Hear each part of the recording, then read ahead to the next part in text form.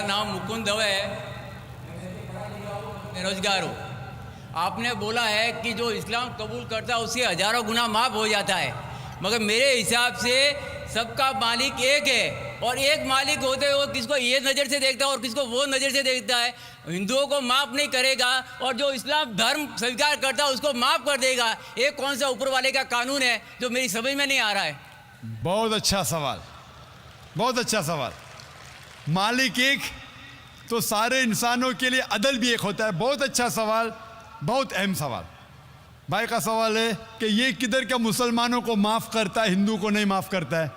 मैंने आपसे कहा कि जो इंसान नाम का मुसलमान है, उसका नाम मोहम्मद अब्दुल्ला जाकिर है, तो वो काफ़ी नहीं जन्नत में जाने के लिए। मुस्लिम का मतलब वो इंसान जो अमन हासिल करता है अपनी ख्वाहिश, अपनी मर्ज़ी से खुदा के अहकामात पे अमल करने के बाद। यानी जो इंसान अपने मालिक के अहकामात पे अमल करता है वो सच्चा इंसान है। वो नाम का क्या है उसका मैं कोई लेना देना नहीं।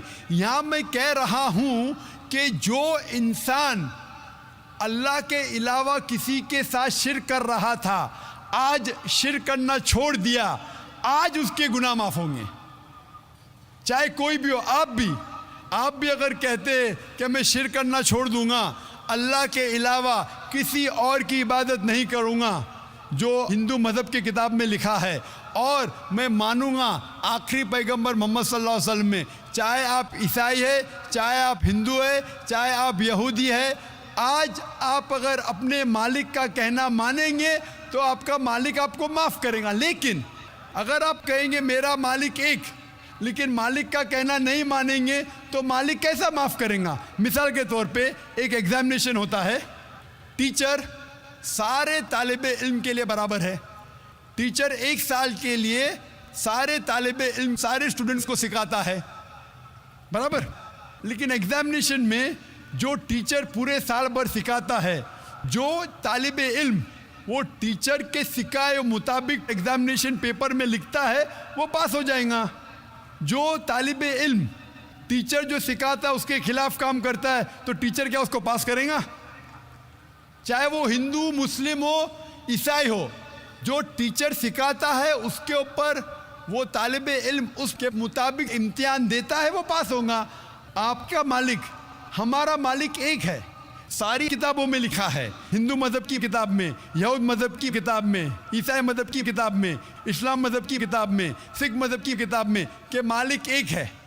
मालिक के अलावा किसी की इबादत नहीं करना चाहिए, खुदा के अलावा किसी की इबादत नहीं करना चाहिए। कल मैंने फरमाया था कि उस खुदा की कोई प्रतिमा नहीं, कोई अक्स नहीं, कोई फोटोग्राफ नहीं, कोई पिक्चर नहीं, कोई बुत नहीं, कोई मूर्ति नहीं। फिर अगर आप मूर्ति देंगे तो आप मालिक का कहना नहीं मान रहे।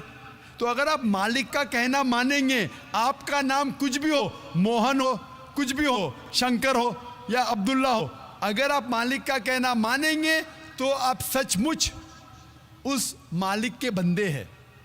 अगर आप मालिक का कहना मानेंगे तो आपके गुनाह माफ़ हो जाएंगे। तो ये अरबी में कह रहा हूँ कि मुस्लिम तो लोग को ये लफ्ज़ से नफ़रत है। अगर नफ़रत है तो मैं मुस्लिम लफ्ज़ को निकालता हूँ, मैं ये कहता हूँ जो भी इंसान अपने मालिक का कहना मानता है उसे अरबी में कहते हैं मुस्लिम। लेकिन आपको मुस्लिम शब्द से नफ़रत है, मुस्लिम शब्द को निकाल दो। मैं ये कहूँगा जो खुदा के अहकामात पे अमल करता है, खुदा के कलमात पे अमल करता है, ये मानता है कि खुदा एक है, उसके अलावा किसी की पूजा नहीं करना चाहिए, वो इंसान के गुनाह वो मालिक माफ़ करेगा। आप अगर मानेंगे खुदा एक है, आप मानते खुदा एक है, आप मानते खुदा के अलावा किसी और को पूजना नहीं चाहिए, मानते? हाँ क्या नहीं मानते? आप मानते बुत परस्ती गलत है, आप मानते कि मूर्ति पूजा गलत है, आप मानते कि आखिरी पैगंबर मोहम्मद सल्लल्लाहु अलैहि वसल्लम है? नहीं मानते। बोलते हैं जैसे शिव शंकर को पैगंबर बोलते हैं, जैसे साईं बाबा को ये सब जो पैगंबर हो गए, ये हर फरिश्ते ऐसे ऐसे आते गए। आपने मेरी 15 तारीख की तकरीर सुनी? मैंने नहीं सुना। मोहम्मद सल्लल्लाहु अलैहि वसल्लम का जिक्र मुख्तलिफ मजहबी किताबों में, आप कैसेट लीजिए, मेरी तकरीर है मोहम्मद सल्लल्लाहु अलैहि वसल्लम का जिक्र मुख्तलिफ मजहबी किताबों में। इसमें मैंने साबित किया हूँ कि मजहबी किताब बदलने के बावजूद सब मजहबी किताब में लिखा है कि आखिरी पैगंबर आने वाले हैं। उस आखिरी पैगंबर का नाम है मोहम्मद सल्लल्लाहु अलैहि वसल्लम। आप हिंदू मजहब से ताल्लुक़ रखते?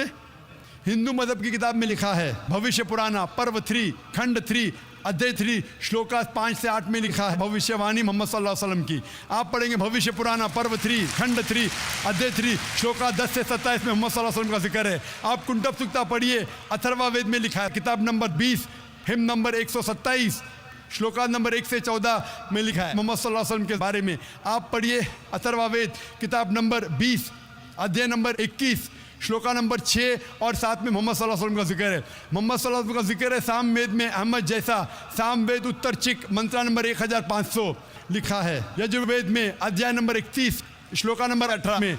आप पढ़ेंगे ऋग्वेद किताब नंबर 8 अध्याय नंबर 6 वर्ष नंबर 10 में।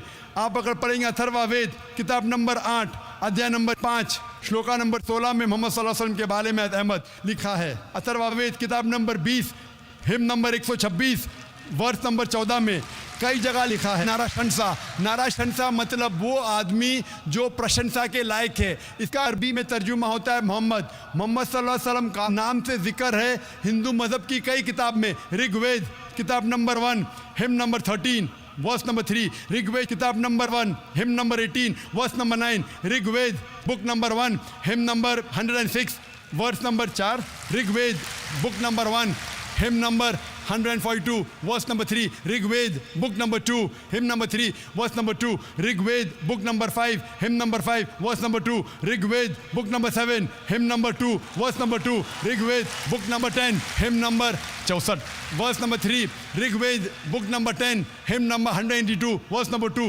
Yajurveda chapter number 20 verse number 55, Yajurveda chapter number 20 verse 37, Yajurveda chapter number 20 verse 57, Yajurveda chapter 21 verse number 31।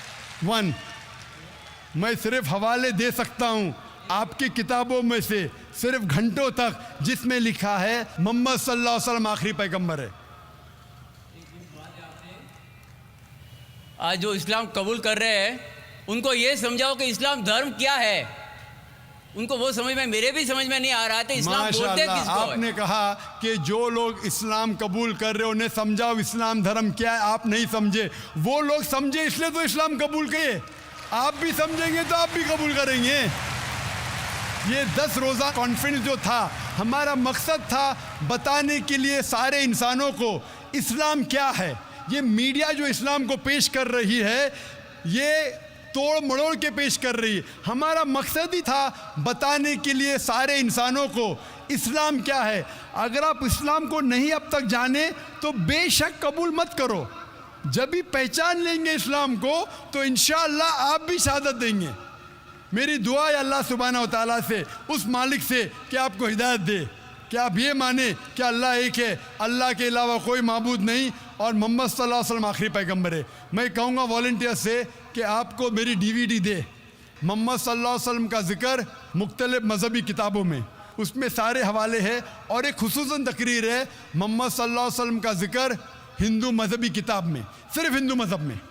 आप उसको देखो और इंशाअल्लाह आप इस बात को तस्लीम करेंगे, आज नहीं तो कल, कि अल्लाह एक है, उसके अलावा कोई माबूद नहीं, और मोहम्मद सल्लल्लाहु अलैहि वसल्लम आखिरी पैगंबर है।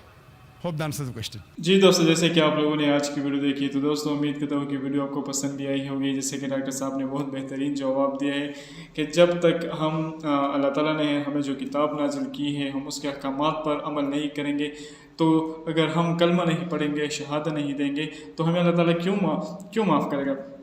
अगर कोई मुसलमान है, सही है, अगर कोई नाम पर मुसलमान है, वो ज़ाकिर है, अब्दुल्ला है, या जो कोई भी है, सिर्फ नाम से ही नहीं बल्कि उस पर जितने अहकामात हैं अल्लाह ताला के, उस पर अमल करेंगे तो तब अल्लाह ताला उनको माफ़ करेगा, तब सीधे रास्ते पर लाएगा। जैसे कि डॉक्टर ज़ाकिर नाइक ने बहुत अच्छी एग्जांपल दी है। अगर वो क्रिश्चियन है, मुसलमान है, हिंदू है, जो कोई भी है, अगर उनको स्कूल में पढ़ाता है, सही है, और उनके स्कूल में जो भी सब्जेक्ट पढ़ाता है, फॉर एग्जांपल साइंस है, उनको साइंस पढ़ाता है, तो साइंस के मुताबिक ही वो पेपर पास करेगा ना। अगर नहीं साइंस का भी पेपर है, वो कुछ और पेपर में लिखेगा तो वो तो पास नहीं होगा।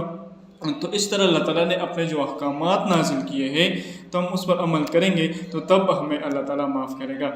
तो माशाल्लाह डॉक्टर जाकिर नाइक ने बहुत ही खूबसूरत एग्जांपल दी है कि जैसे कि अल्लाह ताला कहते हैं मेरे साथ कोई शरीक ना करो, फिर जो हिंदू लोग हैं वो जो है बुतों की पूजा करते हैं, तो ये लोग फिर क्यों करते हैं ऐसा। तो इस तरह बहुत सारे एग्जांपल दिए हैं। तो दोस्तों उम्मीद करता हूँ कि इस वीडियो से आप लोगों ने बहुत कुछ सीखा होगा। तो वीडियो आपको पसंद भी आई होगी। तो दोस्तों अगर वीडियो पसंद आई हो तो अपनी कीमती राय हमारे साथ ज़रूर शेयर करें। अस्सलाम।